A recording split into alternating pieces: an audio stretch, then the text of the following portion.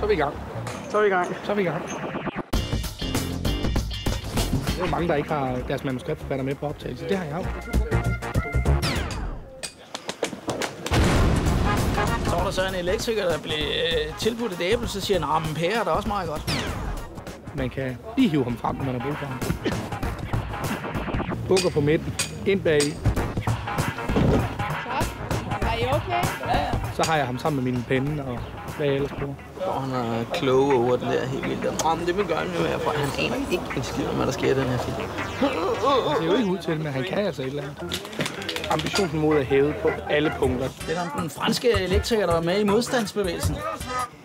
La Resistance. Jeg tror, vi nøjes med de to først. Det er meget mere spænding. Jeg simpelthen får spændingen ind i komedien. Det er jo skønt at arbejde sammen med Mikkel Øgendahl. Det ser vildt fedt ud, når man ser det her slow motion. Det er også skønt, når man har sådan en dag, hvor han ikke er.